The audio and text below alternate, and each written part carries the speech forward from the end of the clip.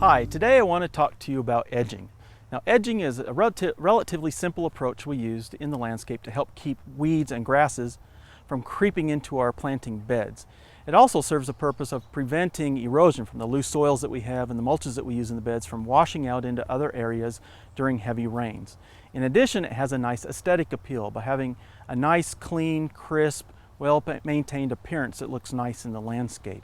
Before you begin to install or decide how you're going to establish your edging, there are some things you might want to ask yourself. First, what is the style of your garden? Is it formal or informal? What is your budget? Some of the materials you might choose can be quite expensive. How easy and how cost effective is it to install? Sometimes you can do it yourself, sometimes you might have to hire someone else to do it. And how permanent of an edging do you want to use? Those that are long lasting and more permanent in their establishment will limit your ability to expand or change the shapes of your beds in the future.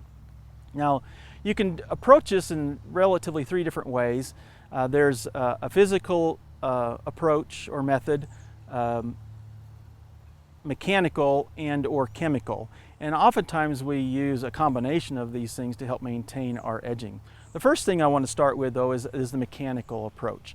And really this is pretty simple, and it's probably the easiest and least expensive way to create an edge. And you can use a number of different tools. These are a couple that are very common. This is an edging tool here, Half Moon, that gives you an opportunity to just cut in nice and straight into the ground. You can also use a nice straight spade like this. This is what I'd actually like to use a lot. And you can see here we have a bed that actually the flower bed or planting bed is actually just a little bit higher than the turf area, and you can see there's been erosion here where the soil and the mulch is washing into that area. And we want to create a nice clean crisp edge to help prevent that. And so what I like to do is just go in with a straight spade and cut down. You want to typically go about 4 to 6 inches deep, and you can do that all the way along your bed. And what I do is I just kick that soil back up into the bed, try to spread it out as you go, and so you have a nice straight edge against the turf area, and then it slopes up into the flower bed or planting bed. And again, this helps keep the loose soil and helps trap the loose soil and the mulch when you have heavy rains. But this nice straight exposed space here or surface here also helps prevent the grass and other weeds from creeping into your flower bed. When those roots and the stems run into that exposed surface, they're exposed to the air and they stop growing. Now this method does require you to come in probably 2 or 3 times during the growing season and come back in and clean this out a little bit to maintain that depth, 4 to 6 inches. Another thing I like about this method is it creates what I call a shadow border.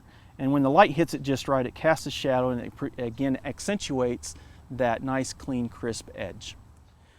Now another tool that you can use to help keep a nice clean edge is a power edger or even a string trimmer. Can help, once you get it established, you can run through it real quick and and cut off any of the grass or weeds that might be trying to creep in. This is actually just a string trimmer type of equipment that has the attachment with the power edger or blade on it, so it's easy to just run along the edges of the beds.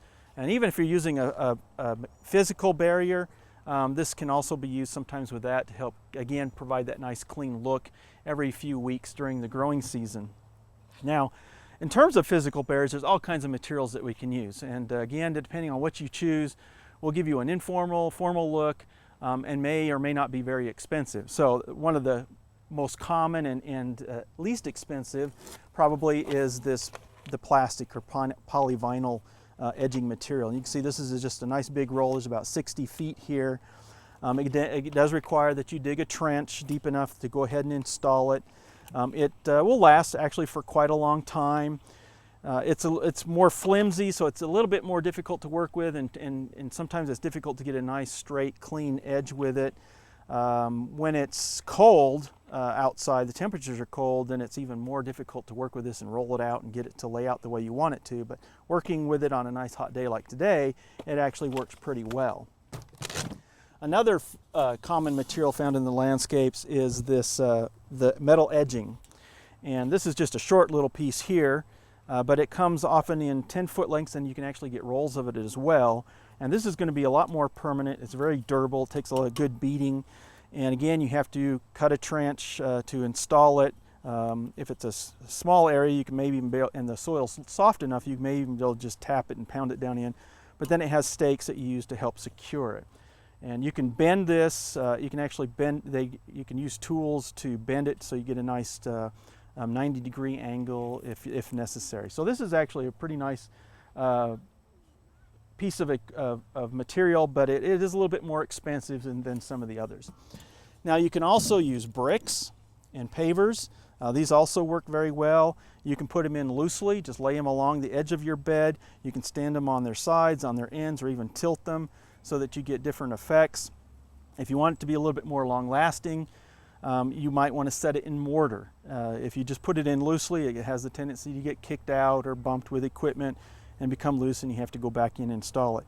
But putting it in mortar, setting it in the ground that way is going to be a lot more permanent.